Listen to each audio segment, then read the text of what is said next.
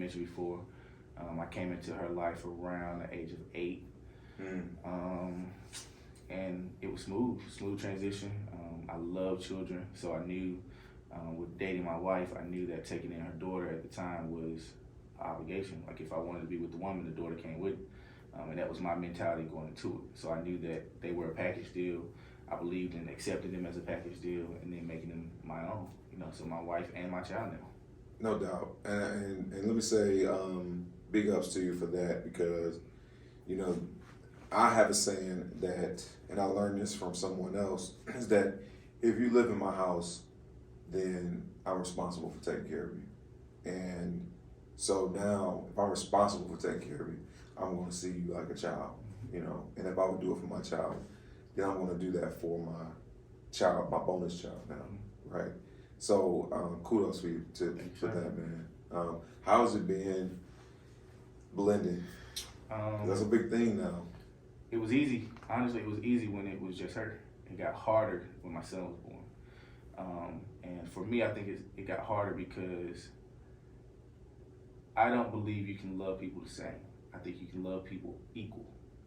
Like I'm willing to do anything for either of my children, but I don't think they are treated the same by me because they're different people that they have different needs. My son may be. It's weird because I learned about love languages is something with your spouse, but I believe in love languages with your children too. No doubt. So my son's love language, one of them, attention. He wants attention. He wants you to play with him.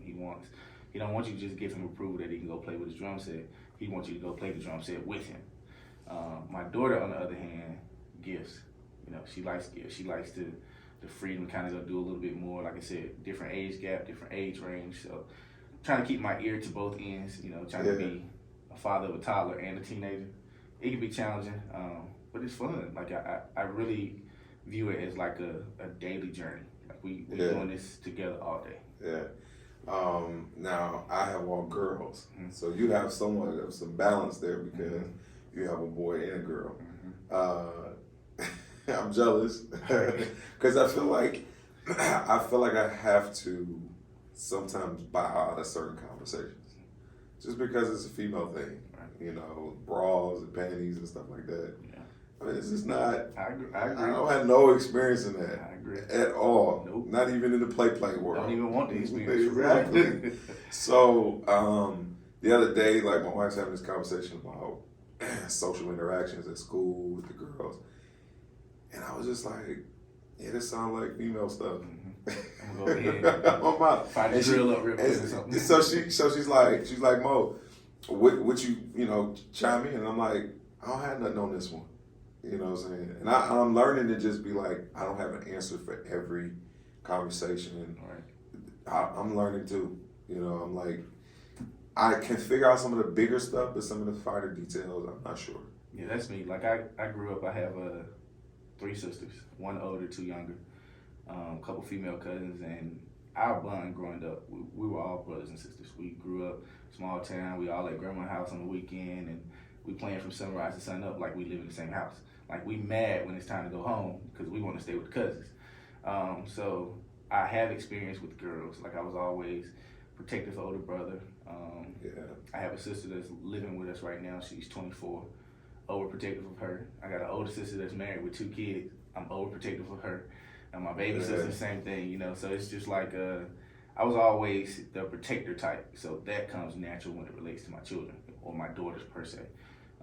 But it's a journey, man. I love it. Like I really do. It really is a journey, and I know that society sometimes will kind of make us believe that we're just responsible till they turn 18. But I mean, I've even said this with my wife. Like, listen, I'm not gonna be pushing them out at 18. I just don't feel like they should be ready at 18. There's a lot that's going on in their life between 18 and 25, right? And so I want to be a part of that. I don't have to be a part of every little thing that they do, but I definitely want to be in their life in a way that allows me to give them some advice, because I jumped out there at 18 and I went to college, but I took out a bunch of loans and we can have a whole talk on that. You preaching. Took out a bunch of loans and bought a new car versus a used car, and thought I was the man. I put rims and a sound system in it. You know, I was doing things to just kind of find my way. And I look back on that time now, and I'm like, man, I didn't have that guidance right there. And so I want to be that for my kids. You know, I talk about how parenting, you know, your style is your style. So if you're a person that's hands-on or more involved, you know, you can be involved. You just have to kind of switch how you're involved, you know, because I know that there's a sense where a child wants to kind of find their way. And so, but knowing your child definitely helps with that. Absolutely. If you don't know your kid, it's going to be hard to transition into mentor, mentee, or, you know, just overseer. And, you know, you go do your thing. I'm here if you need me, kind of. So talk to me about, you know, because I feel like, okay, in today's time, being a father today, I don't know if it's harder than our fathers who raised us or people who raised us, but I feel like we have so much exposure to stuff that we're constantly battling all of these different ideas, all of these different perspectives, all of these different, you know, conversations that are happening. I was listening to something, and they were talking about how now, you know, parents don't know the kids' teachers anymore. And I'm like, do I know my kids' teachers? Right. And the answer is yes, but not in the way that my mom knew my teachers. Like my mom knew my teachers where if they slapped me upside the head, they kind of had permission to do it. Now it's a different time. But how are you as a father navigating just 21st century living? Good question. And honestly, one of the conversations I have oftentimes with people is how being a parent now is so much different from what our parents were, and especially what our grandparents were. And I think the main reason, number one reason, is because roles are different. You know, 40, 50, 60 years ago, most of the women didn't work. So their main focus was to take care of home. Now we have wives, mothers of our children who make good livings, make the same or more as some husbands. That's a good point. So because of that, the father role can't be just to provide. The father's mentality. Wait. Now we're getting into something. You hitting them hard, battle. Hey, that's how I feel. Go ahead. The father can't just bring home the check. That it has to be more than that now because my wife brings home a check. So good point. What am I doing? I mean, I'm not doing anything any different. Again, my grandfather had 7, 8 kids. You know, so his job, he was a farmer, I believe, and you know, doing all of that and bringing home money. Grandma stayed at home and take care of the kids, take care of the house. That ain't how my house set up no more. You know, my house was never set up that way. But so for us, I want to say 50-50. We almost 50-50. We do a lot of stuff together. We take turns. We rotate days. I cook dinner more than my wife. I enjoy cooking though. So, you know, I cook dinner. We got assigned days. I cook Monday and Tuesday. She cook Wednesday and Thursday. We kind of figure out the rest as it goes. But we always we don't miss sporting events. We go to all of them together. We go to almost all doctor's appointments together. I never missed a doctor's appointment when my wife was pregnant. I take it back. I missed one. They wouldn't let me off work, and I made her FaceTime me while she was there. So I missed one appointment. But even FaceTime count. Oh yeah, for sure. I was there because your voice is heard. Yeah, you know what's going on. That's what's up, man. So like I said, my daughter cheers. We're going to all her events. My son is learning new things: football, soccer. We're really just introducing him to things to figure out what he likes. He loves music. He loves playing drums. Right now he's in swimming, so we go to his swim sessions every week together. I love it, man. Father of the year. We need to nominate the you, best bro. I can be, bro. That's it. Like I know kids need their parents, you know, No doubt.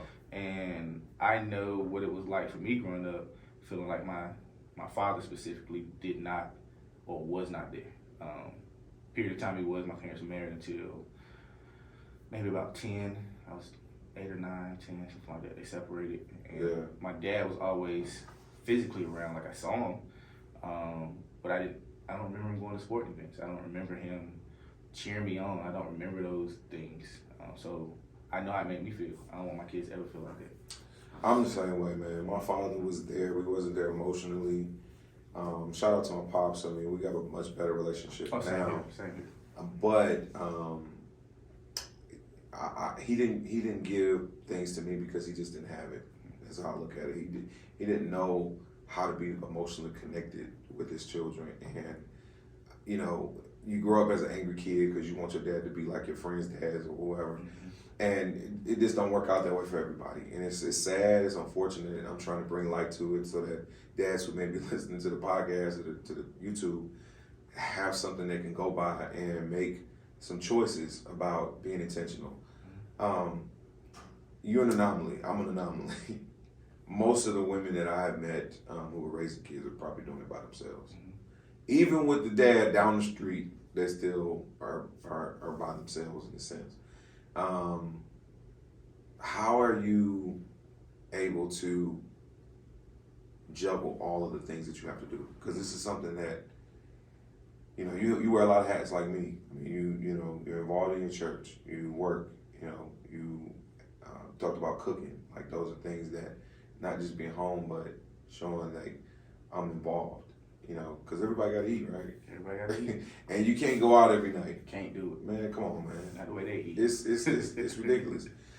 You actually get a better meal at home, I believe. Totally agree. Totally agree. I understand it's part of life. You know, you're going to go out from time to time, but, you know, that's just me. But, you know, how do you compartmentalize the things that you need to do to be there? You said juggling. Juggling's hard. I'm gonna be honest, it's hard, and I drop the balls a lot. But one thing with me, I'm always gonna pick them back up. We're gonna juggle again, and to be completely transparent, to be fair, I don't feel like my kids miss anything. Because we talking about fatherhood, I don't feel like my kids miss anything because my marriage and my marriage is my number one priority. I feel like I take care of my wife and everything falls underneath it. But at the same time, my expectations are, as an adult, my wife understands a little bit more than my children do. So by default, if anybody gets the short end of the stick, sometimes it seems like it's my wife.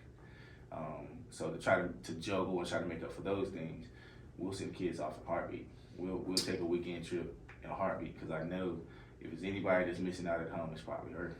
Hey, listen, if you're listening out there, your kids cannot come between your relationship.